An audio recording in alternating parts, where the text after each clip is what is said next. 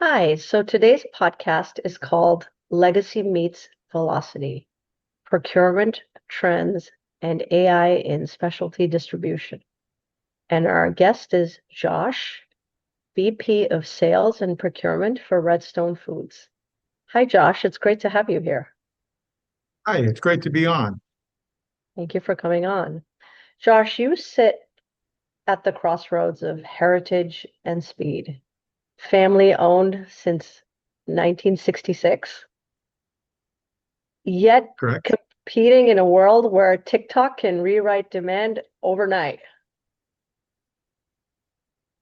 Today, we'll get practical on procurement, trend velocity, and where tech, especially AI, earns its keep.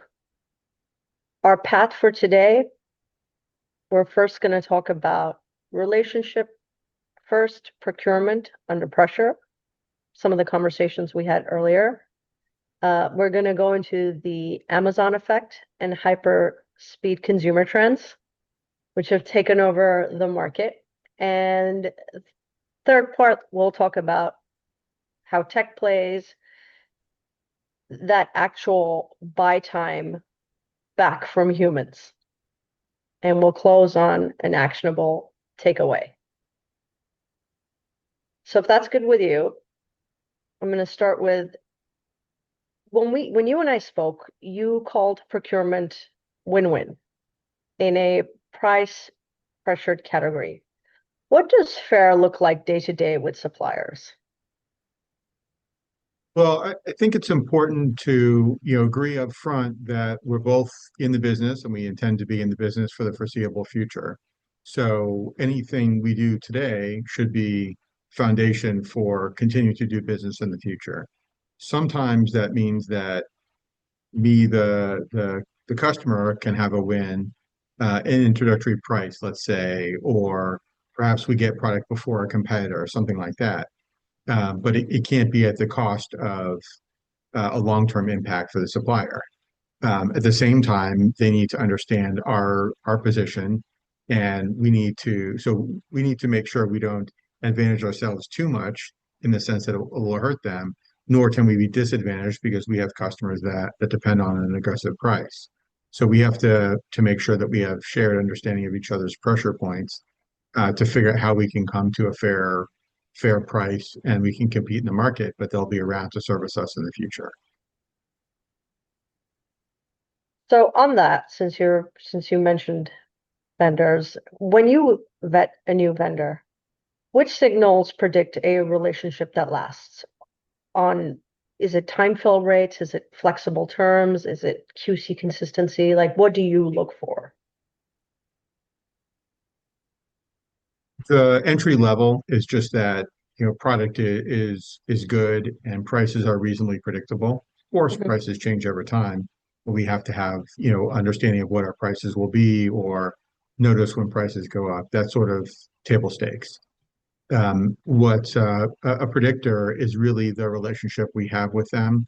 Occasionally, we'll need to call in a favor. Hey, can you help us? We have a big customer opportunity, but we need a shorter turnaround. Can you expedite our order? And we're willing to give on the other side. We might be able to help them understand our demand better. We might be able to help them understand market trends. There might be parts of the market that they're not as familiar with. Those are some givebacks we can have as well. So it's really the relationship when a stressor comes up. How are they able to adjust to that? That's one of the factors. Another factor is the price. Of course, we talked about it. It needs to be reasonable. But for us, that also relates to how it is with our both our competitors and the other market. I'll give an example. If you tell me that a retailer is selling it for, X, I need to be able to buy it at a reasonable enough price at a volume I can work with. So there's a volume component there as well. So overall, we need to see that where we have a pressure point, they're able to respond appropriately. Okay. On that, eh, You manage a lot of SKUs. I believe it's 6,000 SKUs. That's It's correct. it's an incredible number. It's a full orchestra. How do you balance loyalty with reality that a viral clip can turn, into a C item from an A or to an A item overnight? It's a good question. We had this with freeze dried. Freeze dried as a category in candy was a really big deal. It was fun. It was different. It was taking something you're familiar with and Hmm. somehow making it better or different. And the trend was really like a hockey stick, and really huge demand. And then it decreased really quickly. So we try to understand the demand from our customers, but in a case like that, they didn't really understand. We work with our suppliers to, to manage inventory. Sometimes that looks like smaller orders fairly often. Sometimes it means taking when we have large customer orders, pre-orders, so we have time. We don't have to have that in inventory. We can keep it available um, in a couple of weeks' time, where suppliers have product they can send to us. Different ways like that. I sort of describe my job as I'm a little bit like I'm taking bets in Vegas, but I'm but I'm not doing big one. I'm doing a million small ones. And so we try to, just make sure we don't get in over our head. And we have to look at the data. We have good data, and we look at it constantly to understand, what the actual trends are. It's staying on top of the trends. It's a good lesson for other distributors as well. I want to talk a little bit on this. If the cost of inaction, you're taking the action. If and this is for other distributors, maybe they can get a lesson from you. If a distributor stays purely transactional, what does that cost look like 90 days later? Stock outs, missed allocation, loss of vendor trust. What are the issues that they could see? You're talking about our suppliers, or are you talking about our customers? I'm talking about your suppliers. Okay, so in that case, yeah, it's a difficult relationship. We're calling, asking for product, maybe begging for product or demanding product, depending on the case. Yeah, and it means that we're out of product at a time where we really need it. Um, it's it's painful, and when the trend goes away, it still sort of harms our relationship later on. They knew that we were the ones, calling and screaming at them for or constantly begging for product. And we'd rather be the ones that had the meaningful relationships, deep conversations about demand and needs. Yes, and it's from my experiences, someone who's bought from big distributors, it's an ongoing thing because then we as customers, we have the clients yelling at us, and then we're yelling at them, and then it's it's a vicious circle. Customers do not like to be out of product. Most of our Yeah. customers are retailers, a lot of independents, and they have fairly small stock rooms, so they Hmm. need product on a constant basis. Hmm. And for them, they see a hole in their shelf, and it's something that they need to react to in order to remain competitive. And when we're out, it's really unpleasant for them, not in a theoretical way, but in a very real way. Like they have to keep customers happy and pay their rents. 100%, 100%. I've seen it with my clients also, that empty shelf or, that one protein bar that they have to have, and it's just not available in the market in that particular flavor. It's a rough place to be. Uh, For sure, and it's a challenge with social media, especially because so, you can't get away from the demand. It's always there on your feed, on your screen. So, for example, there's a few products. Clickers is one that's available in Australia. It's a Cadbury item. It's not available in the U.S. And we get multiple calls every single day for that product. It's just not available. We just can't get it. But it doesn't go off of your screen. So that sort of drumbeat is always in the background. that that that drastic algorithm. I want to talk a little about, trend velocity and the Amazon effect that you had mentioned. When we spoke earlier, you said, trends were 3 to 5 year trend cycles. Now it's compressed in 3 to 5 months. That is, I mean, that's such a vast difference.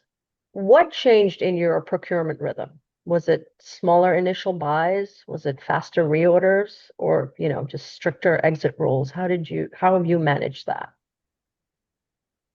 So, a couple of things. One is just to make sure we understand customer demand and demand signals.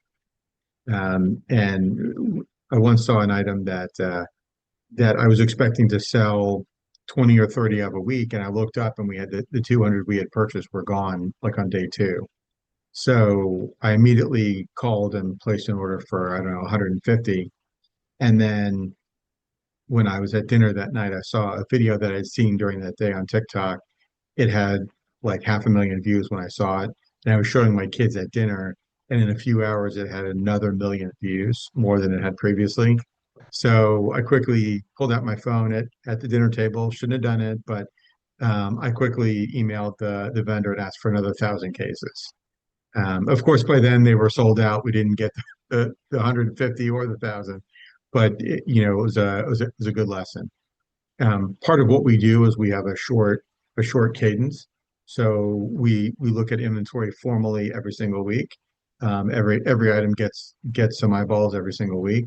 But if it's a hot item, it might get looked at every day or multiple times a day. And then we're in constant conversation with our salespeople to understand, is this everybody loading? And it's a broad product, meaning it gets placed in a lot of places, but it's not really moving, or only a few people have got it, it's really moving. And once everybody gets a hold of it, it's really going to catch fire. And then quickly to understand, is it repeating? And that's the sort of anecdotal data it's really hard to understand. And perhaps that's an opportunity for AI. Did the same customer order it 3 times, or did 3 customers order it once? It's the same number of units, but it's a very different demand signal. Those are definitely opportunities for AI. Um, this compression, is it mostly on just novelty items, or do you now see it creeping into nostalgia brands as well? In general, it's really for novelty items. It's whatever it catches the eye of the algorithms. If we have I don't know, Reese's peanut butter cups, we've certainly seen demand increasing, 20, 30, 40% year over year for a lot of those items. But it's not the kind of hockey stick you might expect with the hottest thing on, TikTok or Reels or whatever it is. Mhm. So really it's the hot trendy items. Now, interestingly, some of those are 30, 40, 50-year-old items or longer. For example, wax bottles were very popular. I'm not sure what sparked the initial curiosity, but it's a wax, it's edible wax, and inside is some liquid, regular or sour. And overnight our demand doubled, and then a month later it doubled again, and the next month it doubled again.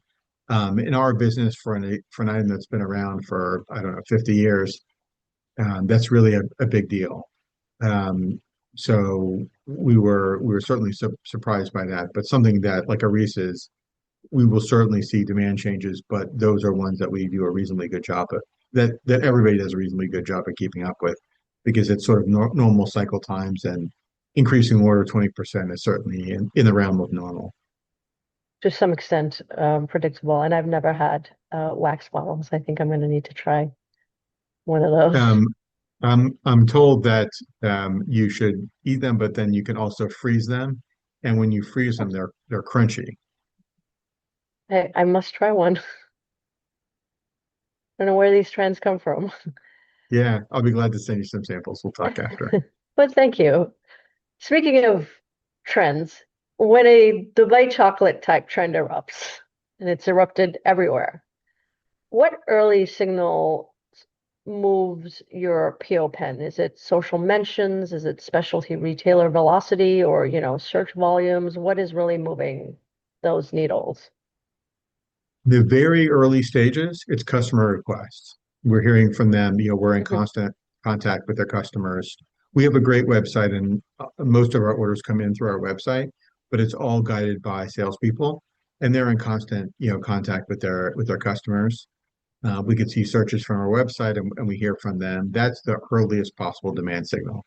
Then once we get product, we can, study demand Mhm. and also anecdotal data from our customers because we might have a Dubai chocolate and they're saying, but what about the dark? What about additional flavors? Oh, I like this packaging. I like this format better.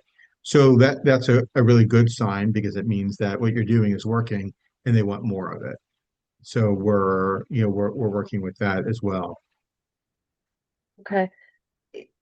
What could you walk me a little bit through these surges? Like, what do you see first? And, what do you do in like the first 72 hours when something like this erupts? Because it erupts, as you said, it went from 1 million views to 1 million views. So how do you manage that? Sure. I mean, the first thing when we get a request is to sort of we have we have an internal team chat, and when we get a request that seems reasonable, we sort of share it and then go research. We're doing the Google searches, we're doing the TikTok searches to understand what's going on, what's driving the interest. Is it one video that went crazy, or are there now 100 videos? And to understand exactly what the product is. And then we have to go find it. Sometimes it's easy enough. There's a brand there. Other times the brand that went crazy isn't one that's available. Perhaps it's in another country. For example, Swedish gummies are a really big deal. And they're not so widely available in the US. And so we have to go find out exactly what customers are looking for. In other words, does it need to say Swedish? Does it need to be Swedish? Does that mean natural colors, flavors, and soft gummies? You need to kind of pull that apart, and then go source it. There's six of us on the purchasing team, and we have all of our relationship with our vendors, and we know who might have it or might know. If customers are selling it, oftentimes they're able to get it quickly. Let's say something informal. For example, somebody brings some back on the plane with them, or something like a Dubai where it can be made almost anywhere. The ingredients are available almost anywhere. Then we're seeing that people are making it locally, and we can understand a little bit more about that, and then make our calls and work our relationships. Okay. I want to talk a little about the Amazon effect. Customers now, we all expect it next day delivery. You run a 4 to 6 week lead time, which is like most people in your industry. How is Redstone mitigating the Amazon effect without breaking your model? Inventory zoning, order cutoff, discipline, premium search, service tiers. Like, how are you mitigating that? So the 4 to 6 weeks is typically from our suppliers. We have Right. 160,000 square feet of warehouse space here outside of Dallas. And really our goal is to have product here when our customers need it. Um, we try to turn around orders really quickly with a high fill rate, right? Which of course all these things are our intention. Um, but we want to get our customers product as soon as possible. And really, we want to service the customers in the way that they need to be serviced. If it's Josh's candy store, I might want product as soon as possible, and I might be willing to forego, let's say, a high fill rate. Hey, just send me these 5 items. This is what I really care about, and then I'll place an order for everything else later. Right? I'm indicating there that that's the kind of service I want. Other customers, it's important that, for example, they might have systems we have to interact with, EDI programs or complicated shipping instructions, and they can help us understand trends at a little bit broader view, and they're willing to wait a little bit longer to get orders because their systems are set up to handle let's say volume, but they're less concerned about speed. And so one advantage we have is that we have a variety of these customers. Some are ordering, container quantities or truckload quantities a couple times a year. And then some customers are ordering multiple times a week. Most of our customers order every week or two, and we can combine those to make sure we can service them in the way they need to be serviced. Not everybody needs the same kind of thing. So that's the big advantage is to have a big warehouse full of exactly what you need at exactly the right moment. So we invest a lot in training also because there might be a week when a lot of product comes in, or there might be a week when less comes in, a lot goes out. And so when we do cross training and have good systems to manage that, that really puts us in a big advantage. Can you name two non-negotiables you require from logistic partners to keep your service promises intact? Logistics partners is always a challenging one. For them, they do the service and we don't see what happens. So example, let's say we have a freight line, we give them product and they're going to deliver it to, Josh's candy store. It's important that they have set turnarounds and delivery time. So the service time, for example, to we're outside of Dallas to Chicago might be 2 days. And we're expecting that most of the time they're getting it there in 2 days. And occasionally they'll tell us it's two or maybe three. Well, we can work with that. We can't work with two or maybe 15. And so we have those kind of relationships with them. Other service providers have um, different service promises. For example, some of the refrigerated freight lines have a slower turnaround, but do a fantastic job of keeping the product at the right temperature. And so part of it is, I guess, one non-negotiable is meeting the service time. It might be short or long, but hitting those windows. The other one is doing a great job of servicing the customers. So it could be that they need inside delivery. Somebody has to bring it into the store. Or it could be that they're keeping good records of how long it takes, because if a freight line has to sit outside of a customer for 2 hours, they're typically going to bill for their time for that. That gets pretty expensive. So we have to be able to trust them that they Mhm. didn't take their lunch break and charge us for the time. Okay. If if a distributor ignores this shit, one of these two non-negotiables, what slips first? Is it the margin from the expedite or the customer trust from late orders? Where do you where do you feel the slip first?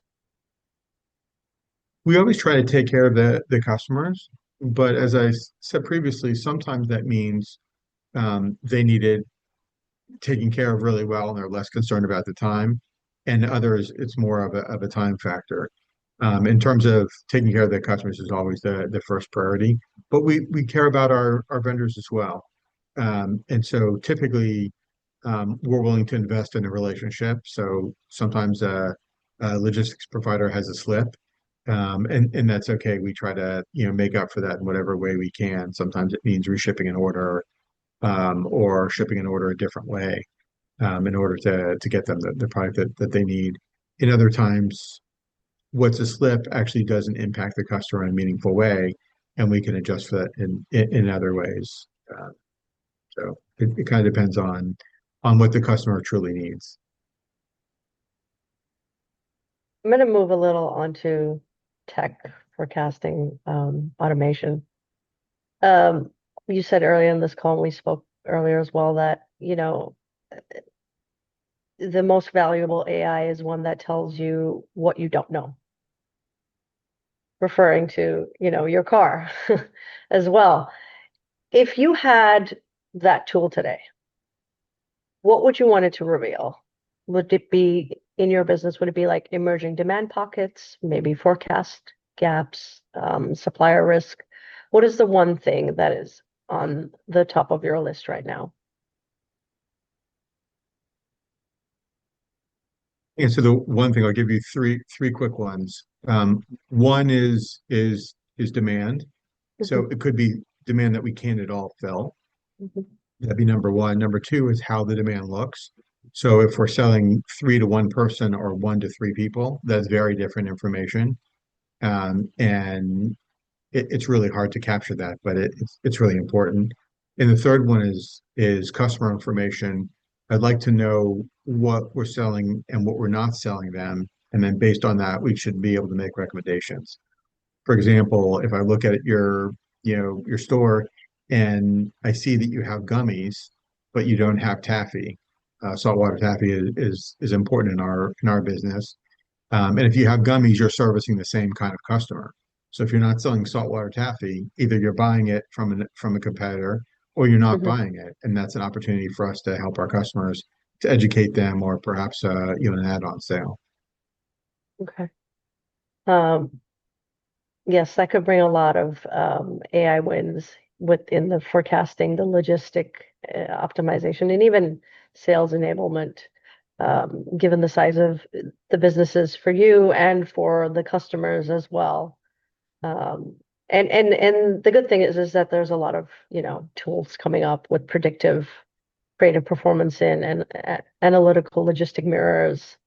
Um, so there's a tool that we work with. It's called CRM. That's your customer's memory bank. It can combine order histories and open tickets. Uh, for your business, if you could automate just one loop this quarter to buy back time, to buy back that time and the extra manpower, which would it be, and how would you measure that win from Redstone's perspective? When I think would be to understand the customer demand, one case to three customers or three to one, because it's hard to get that information. Mhm. So from a purchasing side, that would be the biggest win. I'd say it's reasonably valuable to do. Um, we probably don't even know how valuable it is because it's information we don't have. It's a little hard to know what you don't have. But that would be probably the first opportunity. Okay. You are one of those few people that is very open to AI. I can, from my conversation, you see the advantages of it. But there are other leaders who are waiting for the perfect AI. When those leaders wait, what's the first thing that breaks? Is it the decision speed? Is it morale? Is it customer patience? Or is it the I don't know and the fear of how it could benefit them? In our world, I think it's sales and competition. If if a competitor has particular tool or insight, they're going to react better, more quickly, in a more thorough way. And that's a big cost. In our business, really nothing is exclusive. We don't have exclusives with manufacturers or with retailers. Mhm. Typically, it's a PO by PO basis. In some cases, that lasts generations. But we have no way to know that we're ever going to get another order from a customer or that we're going to send one to a supplier. So that speed to understand that would be big. It would be big. 100%, I agree with you. A little bit on, budgeting across, because you guys have a balance between nostalgia and novelty.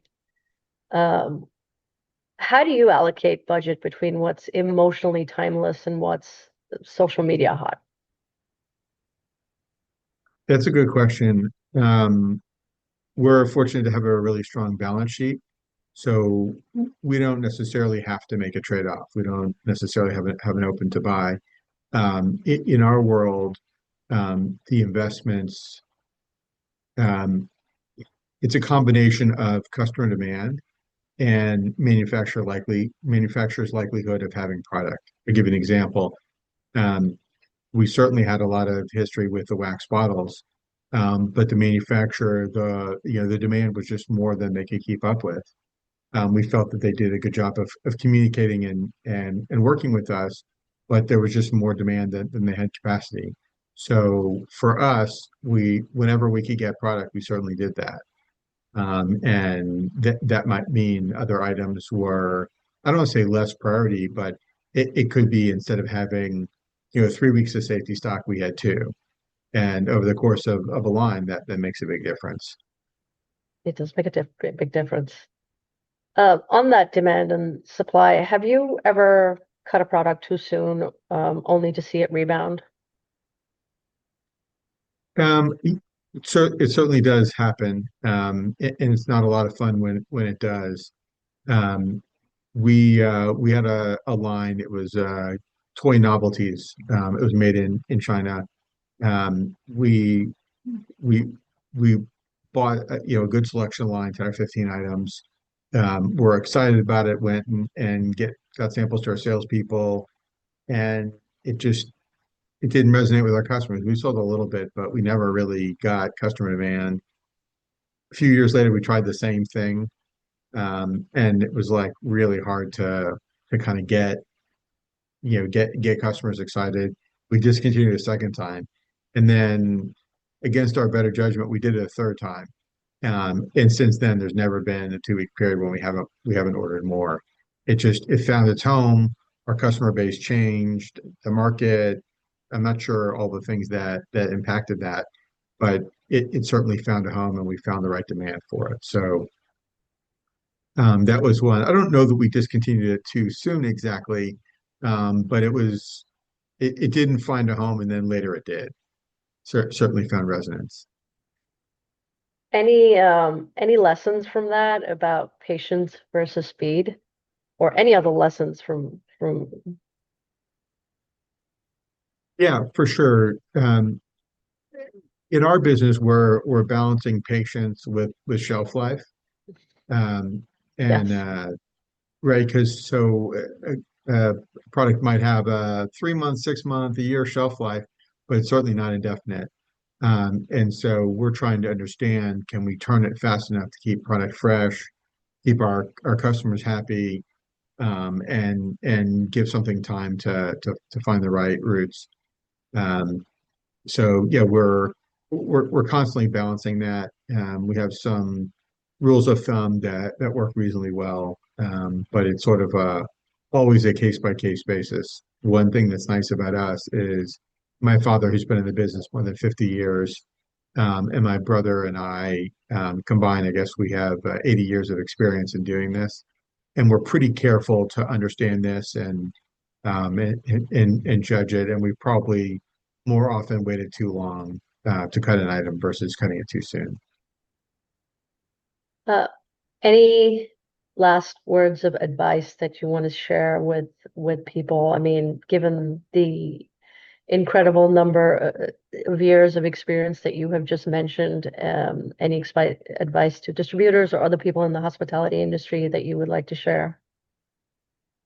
Sure. For us, any one item, and I guess I should step back.